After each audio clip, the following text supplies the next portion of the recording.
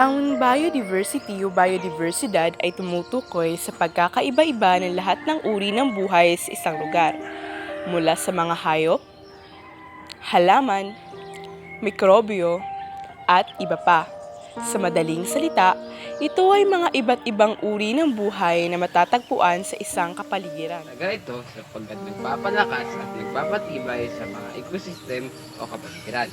Kapag mataas ang biodiversity, mas malaki ang tsansa na ang isang ekosistema ay magiging matatag at magiging kayang labanan ng iba't ibang hamon, tulad ng pagbabago ng klima o ang Kaya kami sa aking kapwa-grupo ay magkakaisa sa pag-obserba sa ating paligid.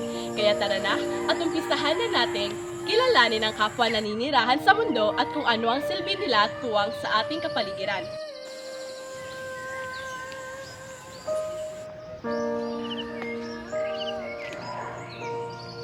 Kaya ngayon, natapos na sila sa kanilang pag-obserba sa ating nature walk, ay ngayon ay tatanungin natin sila kung ano ba ang kanilang napansin sa kanilang paglilibot. Kaya tara na at samahan niyo akong kunin ang kanilang opinyon.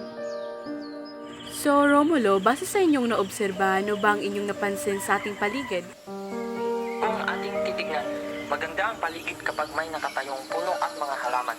Lalo na ang kanilang mga dahon ay kulay berde at ang kanilang sanga na sumasayaw kasabay ng pag-angat ng araw. Ang mga hayop na kumakanta kasabay ng magandang tanawin na kanilang nakikita at hangin na masarap na kape. So, ikaw, Yenshen, may gusto ka bang idagdag sa kahalagahan ng puno sa ating paligid?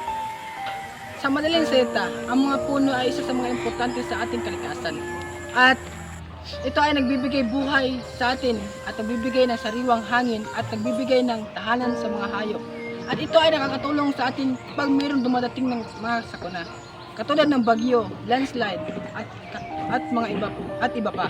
Ikaw naman, Jade, importante ba ang kagubatan sa mga hayop? Oo, ang kagubatan ay importante sa hayop dahil ito ang nabibigay sa kanila ng tirahan. Salamat sa inyong mga naobserbahan. Dahil nga na kanilang naobserbahan ay puro puno at kagubatan. Ang pag-usapan naman natin ngayon ay ang deforestation na isa sa mga pinaproblema ng ating kapaligiran. So dyan, sa tingin mo, ano ang dahilan ng deforestation? Lalo na ngayon na halos ang ating paligid ay puno na matataas na gusali at wala na rin natitirang nakatayong puno. Ibig bang sabihin noon ay may posibilidad na magkaroon ng deforestation sa ating paligid? Para sa akin, ang dahilan ng deforestation ay ang pagdami ng tao sa populasyon.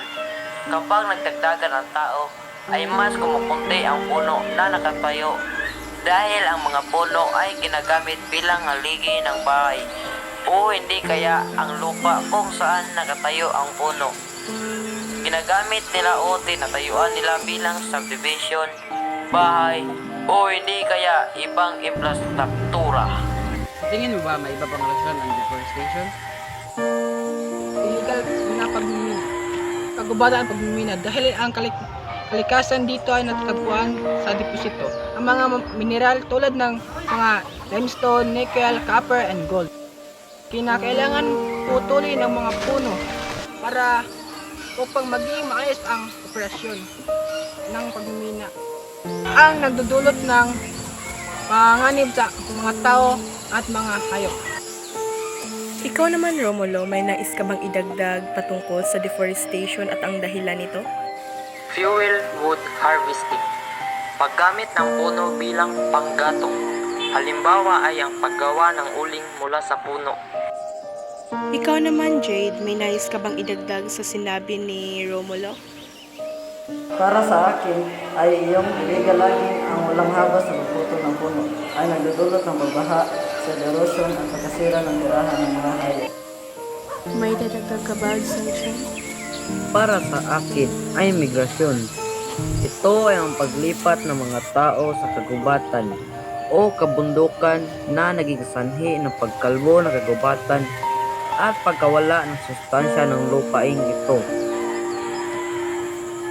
Base sa kanilang mga sagot, ay alam na natin ang mga dahilan kung bakit nagkakaroon ng deforestation at bakit nauubos ang ating mga puno at kagubatan.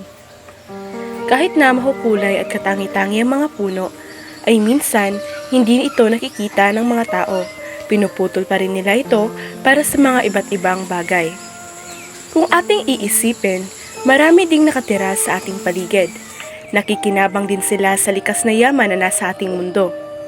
Kaya, kung pag-uusapan natin ang tungkol sa puno at sa pagkaubos ng kagubatan, sa tingin niyo ba, tayo lang ang maapektuhan? Tayo ang umuubos sa ating likas na yaman.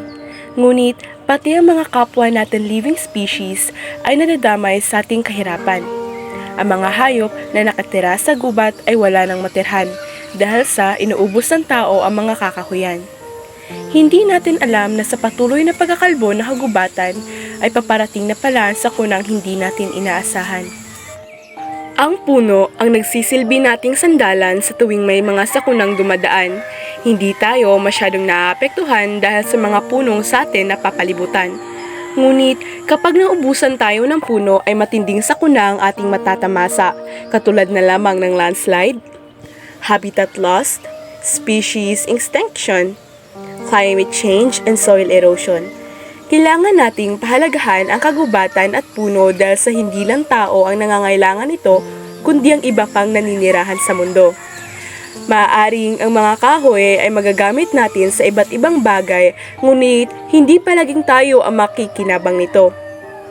Ang kalikasan o gubat ang nagliligtas sa atin sa mga sakuna, kaya dapat nating pahalagahan ang ating kakahuyan at kagubatan.